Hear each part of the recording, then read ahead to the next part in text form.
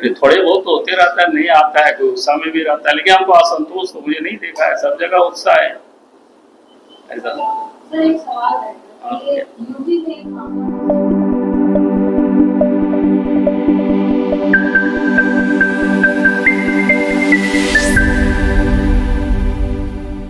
रहेंगे, बदल के रहेंगे, ये नारा काफी चल रहा है और आगे भी ये नारा रहेगा। लेकिन उसके साथ जो दूसरा एक नारा था वो थोड़ा सा लगता है कि आप लोगों से भी ओझल रहा, बहुत अधिक के दिख रहा। वो नारा था हेमंत सोरेन जवाब दो और 5 साल का हिसाब दो। क्योंकि अब 5 साल पूरा हो रहा है, चुनाव के मैदान में हम सब लोग जाएंगे और 5 साल के हिसाब की जब मैं बात करता हूं तो निश्चित रूप से मैं उन बातों को यहाँ याद कराना चाहूंगा। कई कैसे तो कई मुद्दों पर हमने राज्य सरकार को पत्र लिखते रहा, लेकिन कुछ महत्वपूर्ण पत्र है और घटना का, इसलिए उसका मैं उल्लेख करना चाहूंगा। एक तो आप सब लोगों के संज्ञान में है पत्थर चोरी का मामला। उस साहेबगंज में इलीगल तरीके से पत्थर का उत्खनन होते रहा, इलीगल ढुलाई भी होते रहा, इलीगल घाटों से भी ढुलाई होते रहा। समय छोड़ करके कुछ समय कर दिया था, रात में जहां ट्रांसपोर्टिंग करना अलाउ नहीं था पानी की जहाज से, वहां रात में भी चलता था। और हमारे पास जो सूचना थी कि कभी भी वो दुर्घटनाग्रस्त हो सकता है, और इसको लेकर के मैंने राज्य सरकार को, राज्य के मुख्यमंत्री को पत्र लिखा। लेकिन राज्य के मुख्यमंत्री ने उस पत्र का संज्ञान तो लिया ही नहीं, लेकिन एक्नॉलेजमेंट तक हमें नहीं किया। और पत्र लिखने के बाद 1 सवा साल के बाद घटना यानी दुर्घटना हो गई।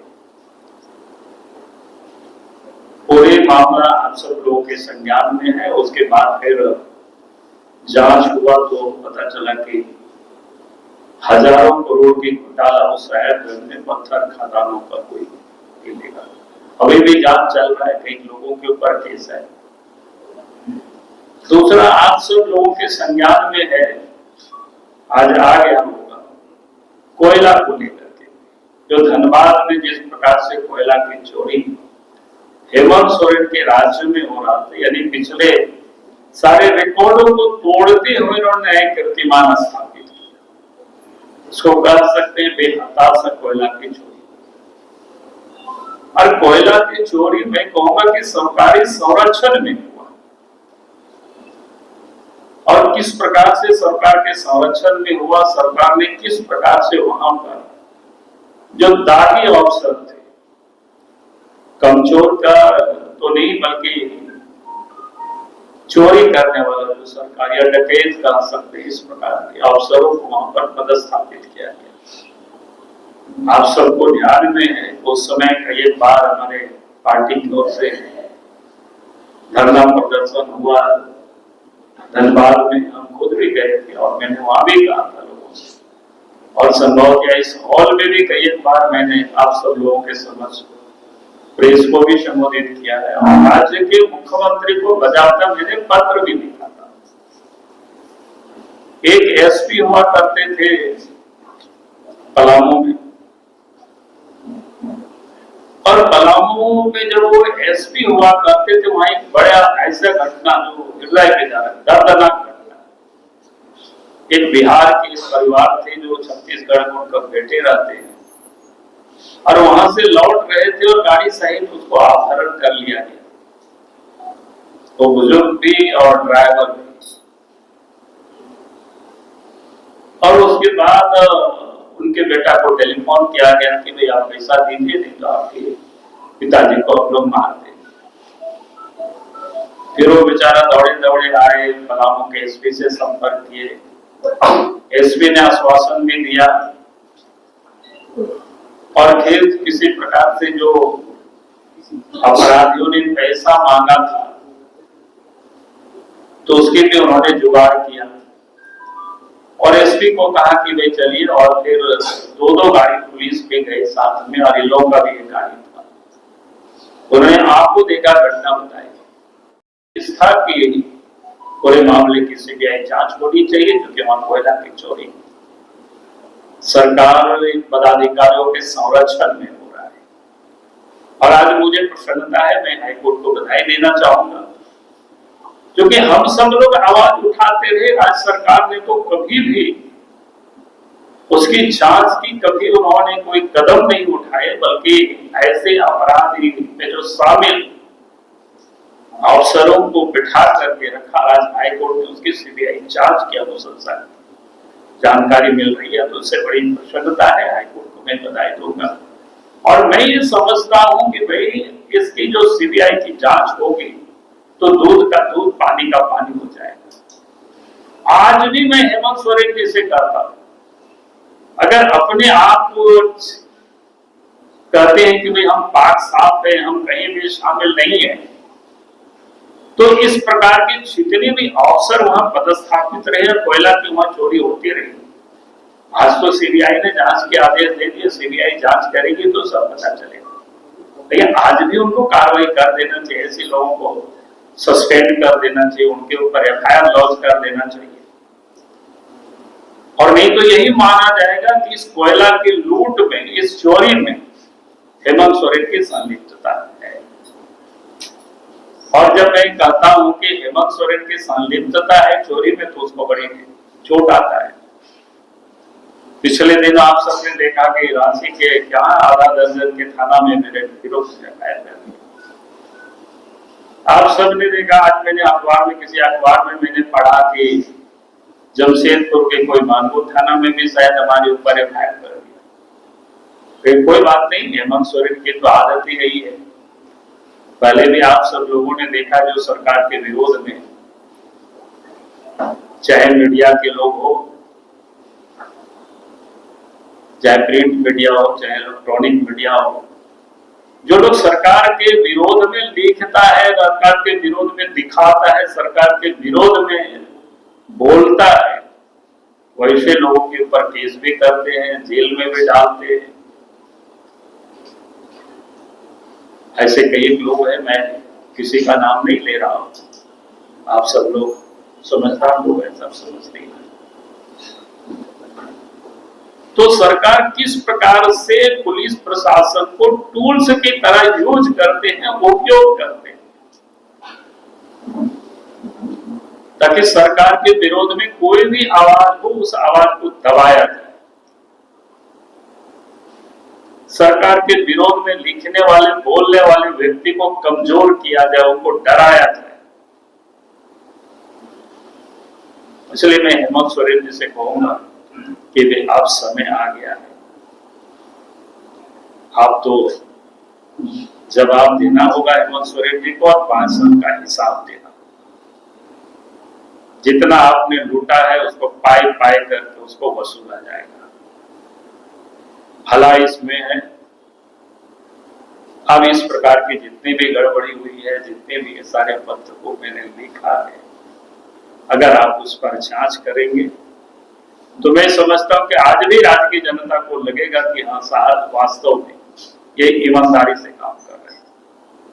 नहीं तो मैंने कहा ही, अभी तो जो पत्र मैंने लिखा था उसमें से ये 2 पत्र पर तो समझिए जांच होगा ही। मेरे पत्र के कारण जांच नहीं हो रही है, जांच और के कारण हो रही है, लेकिन हमने सरकार को पहले ही सचेत कर दिया था कि भाई ये गड़बड़ी हो रही है, आप इस गड़बड़ी से अपने आप को भी बचो और राज्य को भी बचाइए। लेकिन अगर आप राज्य को नहीं बचाएंगे तो अपने आप को भी उस आग में जल जाइएगा, आपको कोई फिर बचा नहीं सकता है। बहुत या परिवार का मामला है, कहीं भी कुछ इस प्रकार की बातें होती है, बात करके मामला को उसको निपटा देते हैं। एक आखिरी सवाल है, ये मैं कह रही है कि प्रधानमंत्री जी तो बाबूलाल जी आजादी मांग लेकर आए, पेपर लीक के बारे में बोलवा दिए, बोले वहीं लीक हुआ, वहां से गिरफ्तारी हुई, आजकल जेल में हुआ, एक बार भी प्रधानमंत्री संबोधन में नहीं कहे कि हाँ लग रहा है कि देखिए उसको तो जांच हो रही है, उसमें तो आप देखे होंगे सीबीआई लगे हुए उसमें से सब, उसमें क्या बोलेंगे? ये तो सब सीधे बोलते हैं कहीं कोई गड़बड़ी नहीं हुआ है, जबकि सारे प्रमाण लेकर के बच्चे लोग आ रहे हैं कि भाई ये प्रमाण है, धरना पर बैठे हुए। अब मानने को ही तैयार नहीं है, बार बार आपके यहाँ गड़बड़ हो रहा है। वैसे एजेंसी को आप दे रहे हैं, जो लोग ब्लैक लिस्टेड है उनके ऊपर आप कोई कार्रवाई नहीं करते हैं। ये देखिए जेएमएम का आरोप है कि आप लोग के द्वारा प्रायोजित था। अब उनको तो ऐसे ही लगेगा, क्योंकि अगर कोई भी आवाज अगर किसी के साथ अत्याचार होता है, जुल्म होता है, फर्जीवाड़ा होता है, जो आवाज छात्र उठाते हैं तो हम उनके साथ तो खड़े होंगे। हम वो लोग हमारे साथ नहीं है, हम लोग वैसे लोगों के साथ हैं, वैसे छात्र नौजवानों के साथ जो हाँ सरकार को जो न्याय नहीं मिलता है सरकार से, तो अगर कोई लड़ रहा है उनके ऊपर लाठी कोई चला रहा है तो हम क्या करें, देखते रहे हैं। सर कमलेश जी वापस बीजेपी जो उसे बहुत बहुत शुभकामनाएं और बधाई। आप सब लोगों के जीवन में सुख समृद्धि और मजबूती आवे।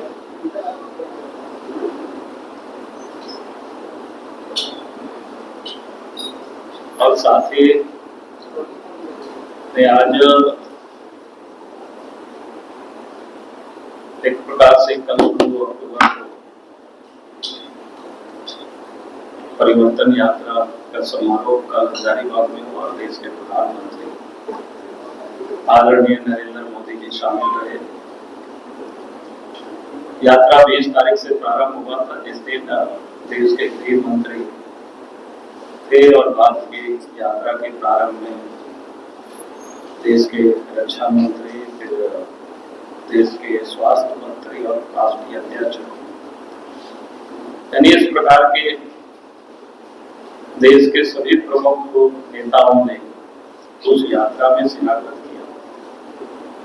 और फिर प्रदेश के भी जो प्रभारी हैं, कृषि मंत्री भारत सरकार के शिवराज सिंह चौहान जी, सह प्रभारी असम के मुख्यमंत्री श्री हेमंत विश्व शर्मा जी, ये सब लोगों ने प्रमुखता से और कई राज्यों के मध्य प्रदेश, छत्तीसगढ़, उड़ीसा, राजस्थान